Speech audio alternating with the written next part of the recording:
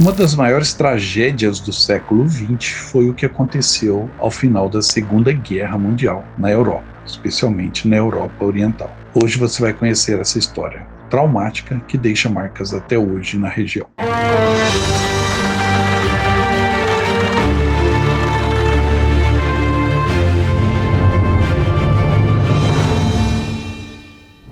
Setembro de 1939. No início da Segunda Guerra Mundial, a Alemanha nazista deu início à sua conquista do leste europeu. Primeiro veio a Polônia, dividida com a União Soviética pelo Pacto Ribbentrop-Molotov. Em seguida, as fronteiras do Reich se expandiram para incorporar a Prússia Oriental, a Silésia, a Pomerânia, os Sudetos da Tchecoslováquia, além de regiões da Hungria, Romênia e Iugoslávia. Nesses territórios, a política nazista foi clara: transformar a região em um espaço vital alemão, o chamado Lebensraum. Milhares de famílias polonesas, tchecas e outras minorias foram expulsas de suas casas, deportadas para campos de concentração ou enviadas para trabalhos forçados. No lugar delas, cerca de 7 a 8 milhões de alemães étnicos, os chamados Volksdeutsch, foram reassentados, vindos de diferentes regiões da Bessarábia, dos Balcãs, do Báltico e até de comunidades alemãs que viviam há séculos no interior da Rússia. O Reich os apresentava como pioneiros de uma nova ordem no leste, colonos que garantiriam a germanização dos territórios conquistados. E por alguns anos, a ilusão de um império alemão no coração da Europa parecia real. Cidades foram reorganizadas, vilas inteiras receberam colonos germânicos, e o aparato nazista se impôs sobre populações locais aterrorizadas. Mas essa dominação estava condenada a ruir.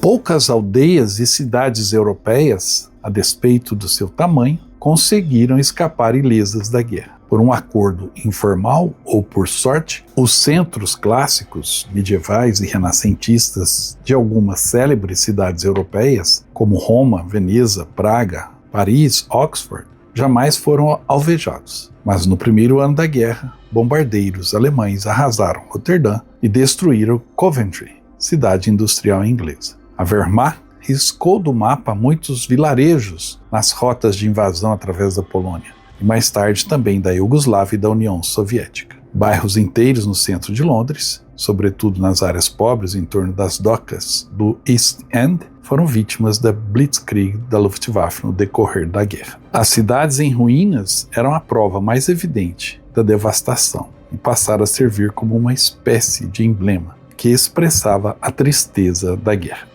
Em 1944, com a ofensiva soviética avançando pelo leste e o desembarque dos aliados a oeste, a maré da guerra virou de forma brutal. Aqueles mesmos territórios que haviam sido ocupados e colonizados pelo Reich tornaram-se armadilhas mortais para milhões de civis alemães. Hitler proibiu qualquer retirada antecipada, insistindo que cada alemão deveria permanecer em sua casa. Mas quando os soviéticos atravessaram a Polônia e entraram na Prússia Oriental, o pânico tomou conta. Começou então um dos maiores êxodos da história moderna. Famílias inteiras fugiam pelas estradas cobertas de neve, empurrando as carroças com seus poucos pertences, tentando escapar do avanço soviético. As colunas de refugiados eram alvos frequentes de aviões de ataque, e muitos morreram de fome, frio e exaustão. O medo da vingança do Exército Vermelho, motivado pelos horrores que a própria Alemanha havia causado na União Soviética desde 1941, aumentava ainda mais o desespero. Nos últimos meses da guerra, enquanto os exércitos da União Soviética avançavam no sentido oeste, entrando na Europa Central e na Prússia Oriental, milhões de civis, a maioria alemães, fugiam à frente dos soviéticos. O desastre que se abateu sobre esta região não tem paralelo na experiência europeia moderna. em grandes áreas, mal sobrou homem, mulher ou criança da população nativa após a passagem das forças soviéticas. As principais vítimas eram homens adultos, se houvesse sobreviventes, e mulheres de qualquer idade. O comportamento do Exército Vermelho não era segredo. Não havia política de licenças no Exército Soviético. Muitos soldados de infantaria e dos pelotões de tanques tinham lutado durante 3 anos terríveis numa série ininterrupta de batalhas e marchas pelo oeste da União Soviética, pela Rússia e pela Ucrânia. Durante o avanço, eles viram e ouviram provas de atrocidades perpetradas pelos alemães. Enquanto os soldados soviéticos avançavam, o contraste com a pátria russa devastada deve ter sido incomensurável para um recruta. Os alemães tinham feito coisas terríveis na Rússia. Agora era a vez deles sofrer. Com a anuência tácita dos comandantes, o Exército Vermelho lançou-se sobre a população civil das recém-conquistadas terras germânicas. Restava aos alemães a opção de fugir de volta à sua pátria. Entre outras ações, organizou-se a chamada Operação Hannibal, que se tornou o maior resgate naval de todos os tempos. Mais de 2 milhões de pessoas foram transportadas pelo Mar Báltico, saindo de portos como Danzig e Gotenhafen. Mas a operação também ficou marcada por tragédias, como, por exemplo, o afundamento do navio Wilhelm Gustloff por um submarino soviético, que levou consigo mais de 10.000 refugiados, o maior desastre marítimo da história. Os chamados alemães do leste europeu não tinham opção. Eram indesejados nos países onde seus antepassados tinham se fixado há centenas de anos. Cercadas de um lado por um desejo popular autêntico de punição aos alemães pelas devastações da guerra e da ocupação, e pela exploração da atmosfera de governos pós-guerra, as comunidades de língua alemã estabelecidas na Iugoslávia, Hungria, Tchecoslováquia, Polônia, na região dos Balcãs e na parte ocidental da União Soviética, estavam condenadas e tinham plena consciência disso. Por isso, resolveram voltar para a Alemanha. Na República Tcheca, por exemplo, mais de 3 milhões de alemães, a maioria originária da região dos Sudetos, no norte da Tchecoslováquia, foram expulsos e enviados para a Alemanha. Cerca de 270 mil desses 3 milhões morreram durante o processo expulsório. Para se ter uma comparação, em meados de 1930, os alemães constituíam 30% da população da Boêmia e da Morávia, e em 1950 eram apenas 1,8%.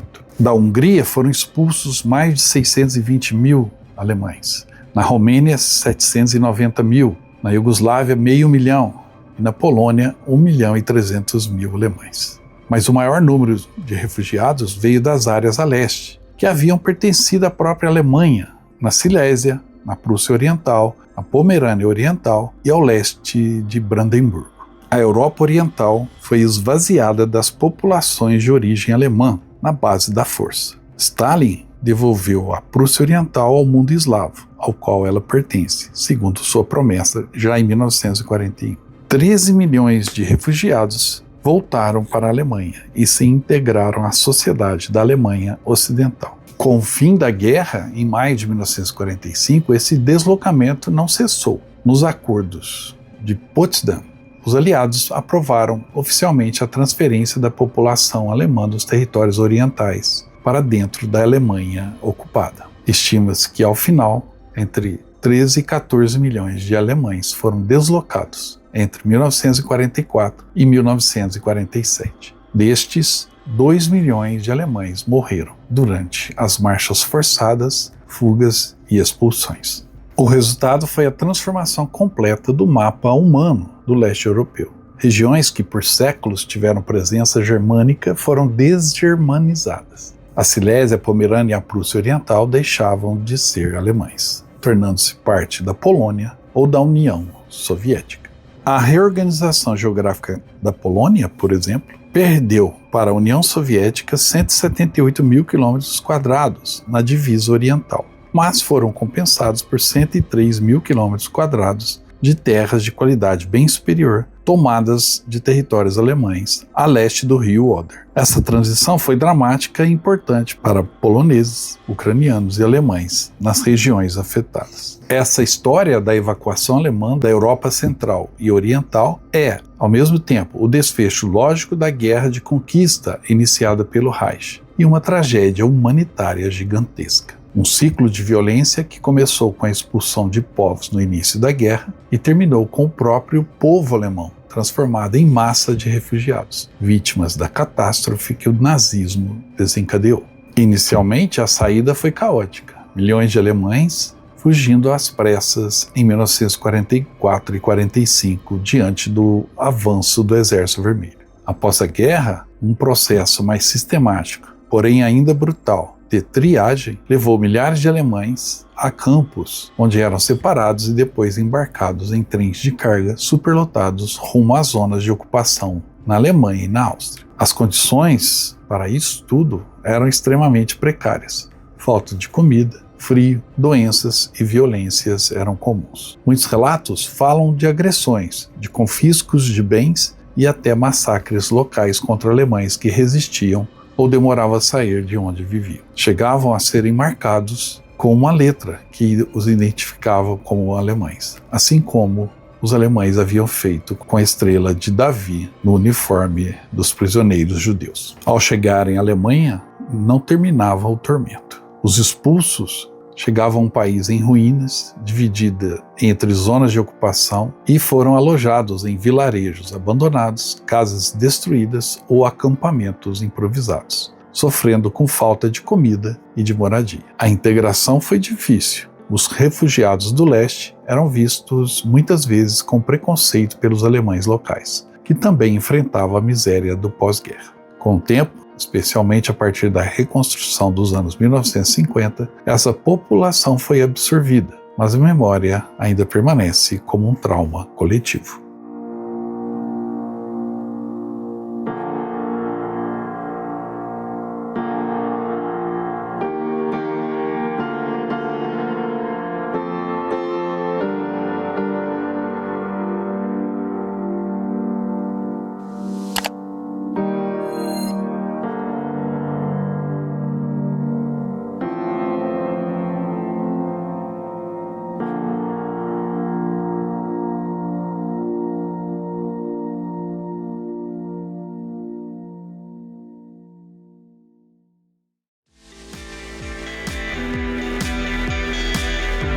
Viu só? Essa aí é a nova camisa da promoção do canal Viagem na História. E olha que belo modelo, com detalhe da nossa homenagem aos 80 anos do fim da Segunda Guerra, o Dia da Vitória. Essa é uma camisa única que você pode adquirir na nossa loja virtual. Entre em contato pelo nosso WhatsApp, eu te encaminho o link da loja virtual do Viagem na História. Você adquire essa belíssima camisa comemorativa do final da Segunda Guerra Mundial. E tem mais, adquirindo a camisa, você vai ganhar um cupom que vai te dar um número para um sorteio pela Loteria Federal de um pacote de viagens do Viagem na História. Ou seja, você vai poder ir conosco para a Europa visitar os campos de batalha mais famosos da Europa, ok? Entre em contato, garanta a sua camisa e boa sorte!